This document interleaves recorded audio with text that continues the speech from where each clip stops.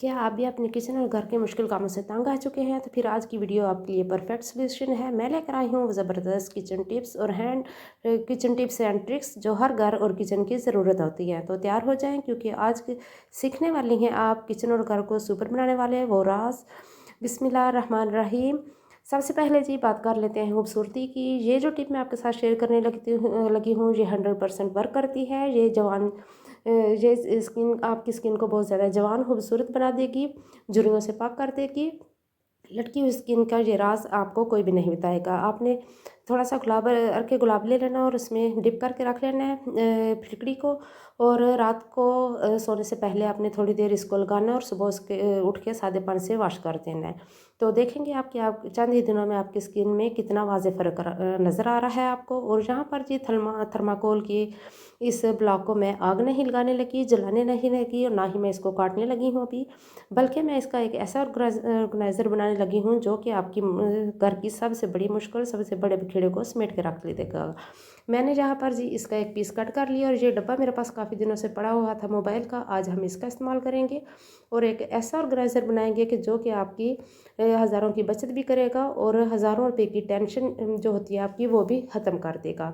यहाँ पर जी सब से पहले मैंने डब्बे को खाली कर लिया। इसमें से सारी जो इसकी फालतू चीज़ें थी वो मैंने निकाल के एक साइड पे रख दी हैं। और माचिस मैंने ले ली है, इसकी तीलियाँ ले ली हैं। आप सारे डिब्बे में इस तरह से तीलियों को सेट कर दें। और ये मैं कहाँ पे इस्तेमाल करने लगी हूँ, मशीन पे जो काम करती हैं, सिलाई का जो काम करती हैं, उन बहनों का सबसे बड़ा मसला हल होने लगा है। नलकियाँ जो कि अक्सर हमारे घरों में बहुत ज़्यादा जमा हो जाती हैं और ये उलझ जाती हैं, इनको फिर सेट करना बहुत ज़्यादा मुश्किल हो जाता है। और मैंने ये ऑर्गेनाइज़र इसलिए बनाया कि आप यहाँ पर इसमें नलकियों के अलावा कटर और फिरकियाँ वगैरह भी सेट करके एक ही जगह पर रख सकते हैं।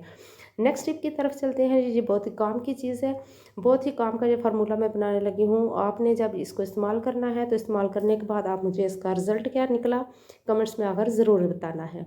यहाँ पर मैंने ले लिया जी 1 टेबल स्पून शैम्पू, आप कोई भी सब शैम्पू ले सकते हैं। 1 टेबल स्पून सफ़ेद पेस्ट ले लिए और 1 टेबल स्पून इसमें मैंने ले लिया बेकिंग सोडा और थोड़ा सा इसमें मैंने सिरका डाला था। और आप देख सकते हैं कि कितना इसने अपना रिएक्शन दिखाया है। और इसको इस्तेमाल करने लगी हूँ जी मैं। जहाँ पर ये जो मशीनें हमारे घरों में किचन में इस्तेमाल होती हैं, जूसर ब्लेंडर वगैरह, और इनको साफ़ करना बहुत ज़्यादा मुश्किल काम होता है। इनको साफ़ करते करते हमारी उंगलियां थक जाती हैं, हाथ थक जाते हैं, लेकिन जब फिर भी इनमें कोई ना कोई कसर रह ही जाती है।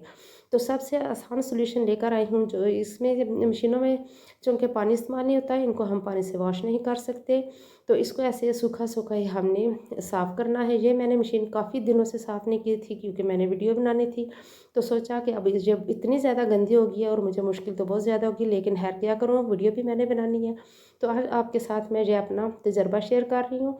यहाँ पर ये सारी मशीन के ऊपर जहाँ जहाँ मुझे गंद नज़र आ रहा था, मैंने एक पुराने ब्रश की मदद से इस सॉल्यूशन को लगा दिया। और अब एक पुराना कॉटन का मैंने कपड़ा भी ले लिया है, इसकी एक पट्टी से बना ली, इसके ऊपर भी इसी सॉल्यूशन को लगा के जहाँ जहाँ हमारे हाथ नहीं पहुँच सकते वहाँ हमने इसको इस तरह साफ़ करना है। और जब अच्छी तरह से इसके स्टेन्स वगैरह उतर जाएँ तो आपने टिश्यू लेना है और उसके ऊपर सीज़र या इस तरह नाइफ़ वगैरह या कोई भी टूथपिक लगाकर जो नोक वाली चीज़ हो उसको लेकर इसके ऊपर टिश्यू चढ़ाएं और इसकी गरारी जो है इसको अच्छी तरह से अंदर से साफ़ कर लें। आप देख सकते हैं कि कैसे लश्कारें मार रही है मेरी ये मशीन, पहले ऐसी बिल्कुल भी नहीं थी। बिफ़ोर आफ्टर आप देख सकते हैं।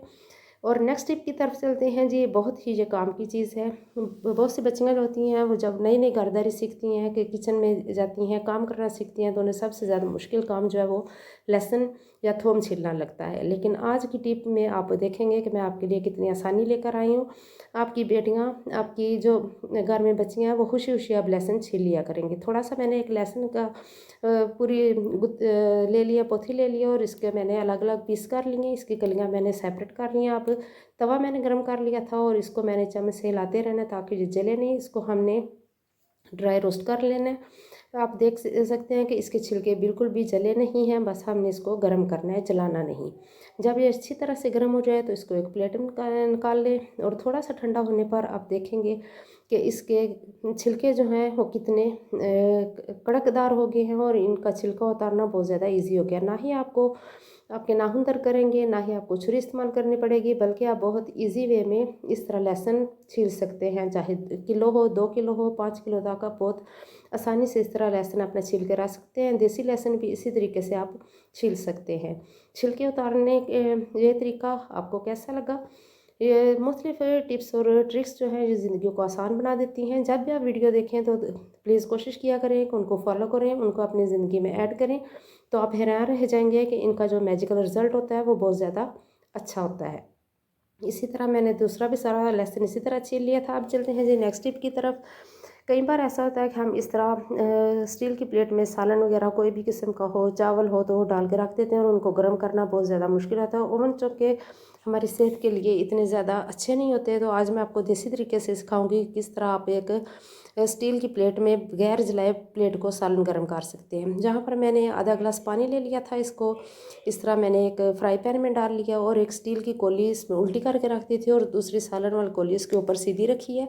आप देख सकते हैं पानी उबल रहा है। मैं इसको ढक दूंगी तो 5 से 10 मिनट में हमारा सालन बिल्कुल इस तरह गर्म हो जाएगा जैसे अभी अभी फ्रेश सालन बनाया है। इसमें ना तो प्लेट जलेगी, चूल्हे पर रखें तो प्लेट जलने का डर होता है, ओवन में गर्म करें तो वो डेंजरस हो जाता है। इसलिए सेहत के असूलों के मुताबिक चलते हुए ये सालन देख सकते हैं हमारा कितना परफेक्ट तरीके से गर्म हो चुका है। आप इसी तरह चावल भी गर्म कर सकते हैं, वो भी बिल्कुल फ्रेश रहेंगे, बिल्कुल भी सॉफ्ट नहीं होंगे और ना ही उनमें गीलापन रहेगा। हमारे घरों में अक्सर इस तरह टाइल मार्बल वगैरह लगे होते हैं, तो फिर डोरमेट भी हम यूज़ करते हैं और इनमें से अक्सर क्या होता है कि जब हम इन पे पाँव रखते हैं, बड़े हों या बच्चे हों, तो अक्सर स्लिप हो जाते हैं, गिरने का डर भी होता है और गिर भी जाते हैं। तो आज मैं आपके साथ शेयर करूंगी किस तरह आप एक डोरमेट को अच्छे तरीके से फिक्स कर सकते हैं ताकि वो अपनी जगह से बिल्कुल ना हटे। डबल साइडेड टेप मैंने ले लिए, तो इसके चारों कोनों पर मेरा छोटा सा मैट है तो इसके चारों कोनों पर मैं लगा दूंगी और इसकी टेप जो है वो उतार दूंगी। तो फिर आप देखेंगे कैसे इसका हैरानकुन रिजल्ट निकला है। बिल्कुल ये अपनी जगह से नहीं हिलेगा, ना ही कोई स्लिप होगा, ना ही कोई गिरेगा और ना ही किसी को चोट लगेगी। और अगर आप मेरे चैनल पर नए हैं तो नेक्स्ट टिप देखने से पहले प्लीज़ मेरे चैनल को सब्सक्राइब कर दें, वीडियो को लाइक कर दें और अपने प्यारों में शेयर भी कर दें। ये सारी चीज़ें आपकी तरफ से हमारे लिए एक मोटिवेशन होती है, हमारा दिल करता है हम कुछ नया नया आपके लिए लेकर आएँ। जी, तो आप रिज़ल्ट देख सकते हैं कि कैसे ये फिक्स हो गया बिल्कुल टाइल के साथ, बिल्कुल भी मैट नहीं हिल रहा। नेक्स्ट टिप जो है ये बहुत ही सेहत के हवाले से और असल या नकल पहचान करने के लिए। अक्सर जब हम घर में काली मिर्चें लेकर आते हैं तो हमें पता नहीं होता कि असल में काली मिर्चें हैं या कुछ और है। आप मैं 2 तरीके आपके साथ शेयर करूँगी। सबसे पहले हाथ में मिर्चें लें, जब भी बाज़ार जाएँ तो आप अगर चख सकते हैं, इनको टेस्ट कर सकते हैं तो खाकर टेस्ट करें। अगर ये तीखी हुई तो फिर ये काली मिर्च होगी और अगर इसमें तीखापन ना हुआ तो वो पपीते के सीड भी हो सकते हैं या कोई और चीज़ हो सकती है। तो मैंने यहाँ पर आपको लाइव टेस्ट करके दिखाया है, ये वाकई में काली मिर्ची हैं। अब चलते हैं जी नेक्स्ट टिप की तरफ।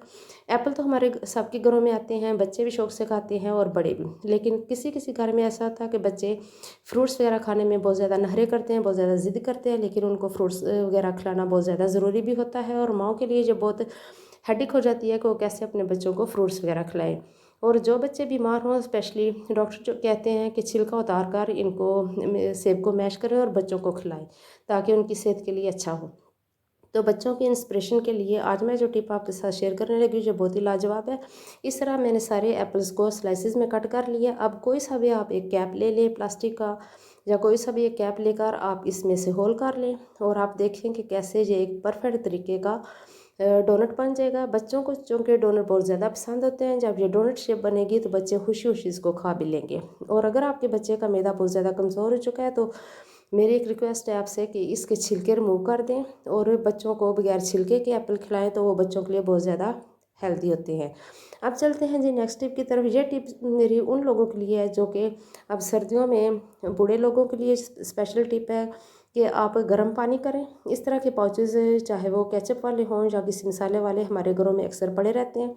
पानी की टकोर, अगर किसी डॉक्टर ने आपको बताया कि इन बुज़ुर्गों को पानी की टकोर करें तो आप इस तरह पानी गर्म करें और इसको आगे से सील पैक करके तो आहिस्ता आहिस्ता इसकी टकोर करें, ये आपके काम आएगा।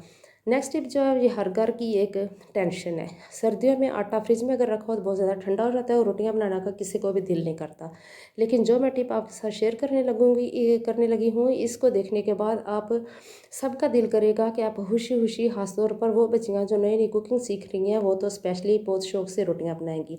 मैंने पराठे बनाने लगी हूँ। 4 मैंने पराठे बना लिए और इनके पेड़े में इस तरह बनाकर रख लूँगी। और आसान काम, इसका सबसे आसान काम, एक शापर हमने लेना है। ये न्यू शापर है, आपने भी न्यू शापर ही लेना है। पॉलीथीन बैग जो होता है और इसकी दोनों साइडों से हमने इसको कट कर लेना है। हैंडल भी इसके रिमूव कर देंगे, हमें हैंडल्स की बिल्कुल ज़रूरत नहीं। और इसको हमने खोल लेना है, इसको हमने बड़े साइज़ में कर लेना है, इस तरह से बिल्कुल स्ट्रेट कर लेना है, इसमें कोई कसबल ना हो। अब जी क्या करते हैं जी, हम सारे पेड़े जो है इनको मैं खुश्क लगाती जाऊँगी और इस तरह एक दूसरे के ऊपर रखती जाऊँगी। आप 5 मिनट में खड़े होकर सारे पराठे एकदम से बना लेंगे। घंटों आपको किचन में खड़ा नहीं होना पड़ेगा, ना ही आपको गैस का इंतज़ार करना पड़ेगा कि वो ज़्यादा देर के लिए गैस होगी तो फिर हम रोटियां बनाएंगे। इस तरह ये आप सारे पेड़े एक तरीके से ऊपर नीचे रख ले और एक शापर ऊपर रखे और बेलन की हेल्प से इनको इस तरह से बेल ले। आप देखेंगे कैसे 1 मिनट में मैंने 4 पराठे बेल कर रख लिए और इनको बनाने में यकीन करें कि 5 मिनट भी नहीं लगे। इस तरह जब हम बेल कर रख लेते हैं टाइम की बचत भी होती है और गैस की भी बचत होती है और हमारी एनर्जी की भी। सारी रोटियों को मैंने इस तरह पराठों को बेल लिया। आप इस तरह चपातियाँ भी बना सकते हैं, बहुत ही परफेक्ट और इस तरह काम की ये टिप है। अगर आप चाहते हैं कि आपके टाइम की बचत हो तो इस टिप को ज़रूर फॉलो कीजिएगा और मुझे कमेंट्स में आकर बताइए कि आपको कितना फ़ायदा हुआ। आप देखिए कि मैंने कैसे एक शॉपर की हेल्प से सारी रोटियां बेलकर रख दी। अब मैं पराठा भी आपको बनाना दिखाती हूँ। इस तरह जब हम पेड़े बना के रखते हैं, इनको रेस्ट के लिए रखते हैं, तो यकीन जाने घर का जो गंदम का आटा होता है उससे भी इतने मज़े के पराठे बनते हैं। कुछ लोग आटा मिक्स करते हैं, कुछ थैले का आटा खाते हैं। ये मेरा चक्की का आटा है और आप देख सकते हैं कितने सॉफ्ट और परफेक्ट तरीके से पराठे बने हैं। सारा कमाल एक शॉपर का है, क्योंकि मैंने एक ही दफ़ा सारी रोटियां बेलनी थी, पेड़े बना के रख लिए थे। और दूसरी टिप ये है कि जब भी घी ऑयल जो कुछ भी आप पराठे पे लगाते हैं, जब लगाएं तो स्पून की हेल्प से प्रेस करके लगाया करें। उससे क्या होगा कि पराठे में हवा इस तरह भरेगी और बहुत फ्लफी सा बनेगा और सॉफ्ट बनेगा। बड़े बूढ़ों को खाने के लिए बहुत सॉफ्ट किस्म का पराठा बनेगा, बच्चे भी आपके शौक से खाएंगे। और अगर आपको मेरी सारी वीडियो में से कोई एक बात भी पसंद आई है या कोई टिप पसंद आई है तो प्लीज़ कमेंट्स में बताएं। ओके जी, अल्लाह हाफिज़।